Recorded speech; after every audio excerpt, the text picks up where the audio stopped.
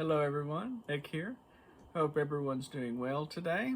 At the time of this recording, it is October, and looks like the cat has decided to join us here and say hello. But we are on to another review of the Deadtime storybooks, and we have made it to the only book to get a sequel. The first book, Trapped in Teeny Town, sequel to the first book, Terror in Teeny Town. Says I should swap them. So yeah, very cool cover. Looks like we have the eyes of Hobo Hurley. You can kind of tell it's his. The crease there in his brow, the same crease there. So he's back in action, it looks like. Also, we see some Green Army men and the train coming in that the story left off on in the first book. So very exciting. This is the first book where I guess it took me a minute to find it. So this one is one of the rare ones to find. These last couple they tend to be, a little overpriced. Well, maybe a lot overpriced, but I was fortunate to get a good condition of this copy for a pretty decent price finally, so excited to get it and read through it. Go ahead and start with the cover. We have this nice green and yellow and very ominous sky there.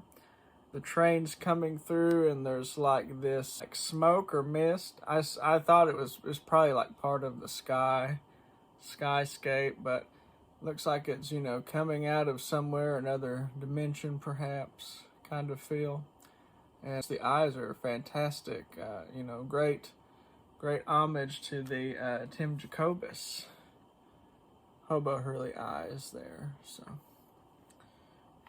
and this covers, well, it's not necessarily misleading, but I will tell you, going back to Tiny Town, we encounter a bunch of same toys from the previous book, but no spotlight for the Green Army man, so,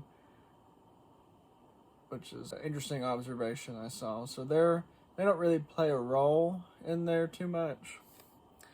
Yeah, cool cover, and we'll go ahead and get into the actual book part.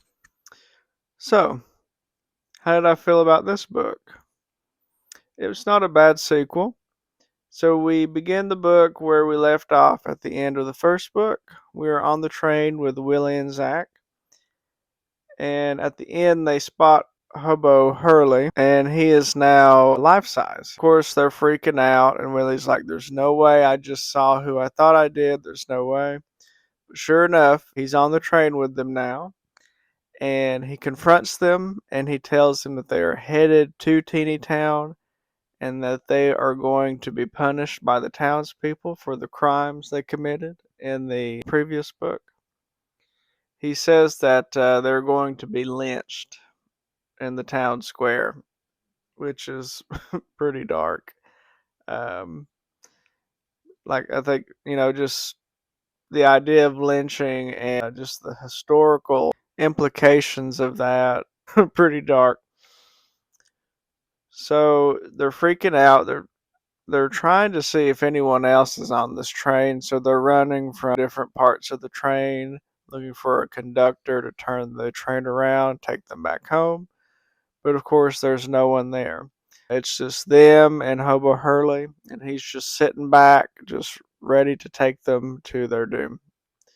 So they decide to jump off the train, and they notice something very weird when they hit the grass. It's actually fake grass. So now we get that Hobo Hurley actually isn't a human now, but they are now toys. They have turned into toys somehow, and they are now trapped, as the title mentions, in Teeny Town. So throughout this book, we go to a couple different places in the town. So the first place, they run into Susie Sparkle, the Barbie doll, essentially, equivalent in this book to a Barbie doll. And of course, her head is still caved in from the first book, what they did to her in the first book with the train set. And just the idea of seeing a life-size Barbie doll. Of course, she's taller than or almost all the toys in the book. Of course, she has her head caved in. It's quite an eerie sight. That would be very eerie to see a sentient doll, life-size doll with a dent in her head.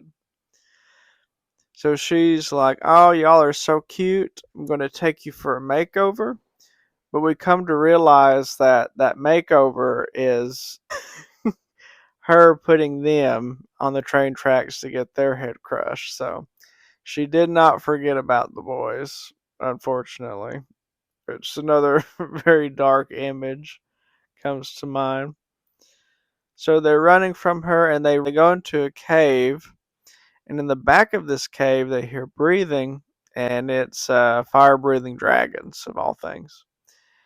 And they come awake and they're heading out the caves, and the boys think they're going to get them, but really they're upset about Susie Sparkle for waking them up. So they blow a bit of fire on her, and it burns her butt. So she's running away. So luckily the dragons don't see the boys, hugging the cave walls, and the dragons go back to the den to their slumber. And they can't go out the front of the cave, so they make it to the inner cave there, and the only way out is this opening through the cave here. And of course, the only way they can get out is to climb on the dragons as like a ladder or stairs to get out. So I quite like this scene where, they're trying not to wake the sleeping dragon, and they're going and they're walking on the back scales of the dragon trying to get out of this hole or this cave.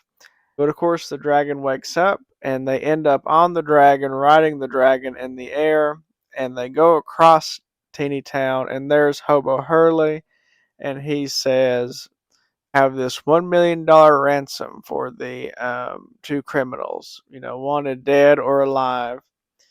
And here comes Sparkling Susie into town, and she's telling that she has found them, the dragon's cave. And at some point, they fall off the dragon and they fall into like a bale of hay, and they are in the western town in Tinyville. And there, they're going to a saloon and they meet Miss Kitty. And Miss Kitty, she recognizes them and she's going to turn them in. And at some point, we get a toy version of Jesse James that comes in on a horse, the outlaw, and he captures them. He puts them in the western town prison cell. And here comes Hobo Hurley to take them off to town square for their punishment. Get away somehow, and then so we realize that Willy's sister Margaret is, playing with the set, so they hear this thunderous voice, and she saves them a couple times. And at some point, she grabs Willy and Zach, and she's like, "Man, you are such geeky dolls," kind of thing. She marries Zach with Susie Sparkle. It's pretty funny. And so they're married. And now Susie Sparkle, take him into the marriage office in the teeny town, have them officially married so she can pull the life insurance policy, which is $5 million, which is also pretty hilarious. So she's going to, plot to kill him somehow and get this insurance money. And I like at some point, Miss Kitty's in the town and she's, suspect of her.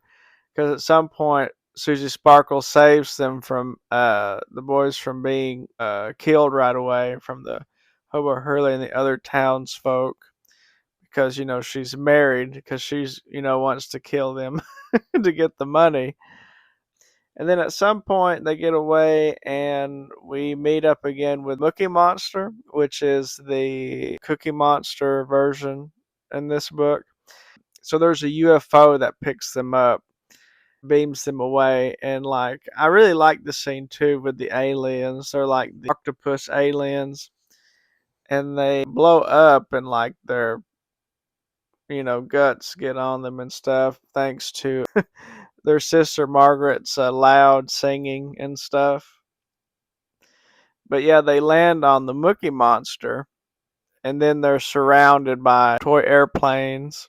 They're taken back to the town square, and of course now they are going to be put on the train tracks and to be ran over, and that's the punishment.